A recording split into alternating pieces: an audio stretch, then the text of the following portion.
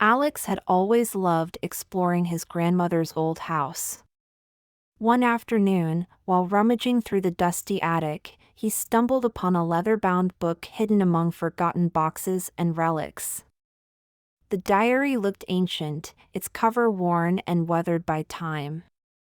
Curious, Alex flipped it open. As soon as the first page turned, a strange sensation surged through him. The room seemed to flicker around him, and a brilliant light burst from the pages. Alex tried to close the book, but the light only intensified. In an instant, the attic vanished, replaced by a vast, unfamiliar landscape. The air was different, strange and electric, and the sounds of bustling voices filled the air. Alex's heart raced. He looked around, utterly confused. The ground beneath him felt solid, but everything else seemed like a dream. He had no idea how he had arrived here, or more importantly, how to get back. The street around Alex buzzed with life, but nothing looked familiar. The buildings, tall and narrow, seemed to reach toward the sky like something out of an old painting.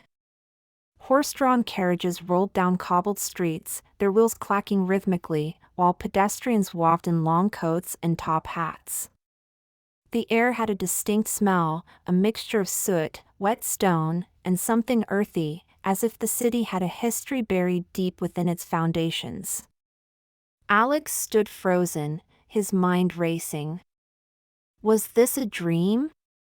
Some sort of elaborate prank? He shook his head, trying to make sense of the scene. He approached a passerby, a man in a dark suit, and attempted to speak, but the words seemed wrong, too modern. The man frowned at him and walked away without a word. Panic crept up Alex's spine. The people here didn't understand him. He had no idea where he was, or even when he was. His phone was gone, and he couldn't find a single sign or marker to help him orient himself. Desperately, he scanned his surroundings, hoping for a clue. There had to be something, anything, to tell him how to return to his world. As Alex wandered deeper into the unfamiliar city, a man dressed in a sharp, tailored coat caught his eye. The man was watching him with a peculiar expression, as though he could sense Alex's confusion. He was tall, with a neatly trimmed beard and a face that seemed oddly familiar, yet completely out of place. "Are you lost, young man?" the man asked, his voice smooth, yet filled with an air of curiosity. Alex blinked, surprised that someone had approached him. Yeah. I don't know where I am. Can you help me?" he stammered. The man took a step closer, examining Alex carefully. "I believe I can," he said, his gaze not just curious but probing. "But first, may I ask, where exactly do you come from?" Alex hesitated, unsure of how to answer. He couldn't exactly say he was from the future. "I'm from a different place," he replied slowly. The man raised an eyebrow but didn't seem skeptical. "I see. It's not uncommon to find oneself in a foreign time." His tone was cryptic, yet oddly comforting. He continued, "Language is a bridge between worlds, young man. To find your way, you must first learn how to cross it." He paused, studying Alex. "I can help with that. But be warned, the path you seek may not be an easy one." Before Alex could respond, the man turned and began walking, as though expecting him to follow. Alex followed the mysterious man, his mind swirling with questions. The stranger's words about crossing bridges and foreign times didn't make sense, but the calmness in his voice made Alex feel like maybe, just maybe, he could trust him. They walked through narrow alleys and across bustling squares until they arrived at a quiet corner of the city, where an old building stood. The man stopped and gestured for Alex to look around. "This is where your journey may begin," the man said, his tone heavy with meaning. Alex looked at the building. It was an ancient library, its stone walls weathered by time. Something about it felt important. The man gave Alex a knowing look before pulling open a large wooden door, creaking on its hinges. Inside, the dim light revealed rows of dusty bookshelves. The man led Alex to a table in the center of the room, where an old book lay open, its pages yellowed with age.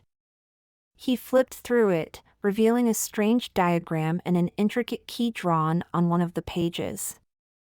"The key to your return is hidden within these walls," the man said quietly. "Find it, and you will find your way back." Alex felt a shiver run down his spine. The key, it was right in front of him. The old library felt like a maze, its endless shelves full of forgotten knowledge. Alex's heart raced as he examined the strange diagram in the book, searching for any clue that could lead him to the key. The pressure of time weighed heavily on him. He knew that the longer he stayed in this unfamiliar world, the more difficult it would be to return home. He scanned the library, his eyes falling on a large wooden chest tucked away in a shadowy corner. The chest looked out of place, almost as if it had been waiting for him. He approached it cautiously, hoping the key was hidden inside. Opening it, Alex found nothing but dust and old papers. Frustrated, he almost slammed the chest shut, but then he noticed something strange, a small, intricately carved box at the bottom, almost invisible in the dim light. His hands trembled as he picked it up. Inside the box, there was an old key, its metal gleaming faintly as if it had been waiting for centuries. "This is it," Alex whispered, a rush of excitement flooding through him. But time was running out. He couldn't waste another moment. He had to find the right place to use the key, before it was too late. With the key now in hand, Alex raced out of the library, the weight of time pressing down on him.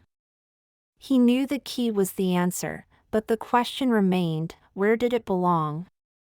His mind raced as he retraced his steps, recalling the strange words of the mysterious man. Finally, he arrived at an ancient monument in the heart of the city, its towering stone structure casting long shadows in the fading daylight.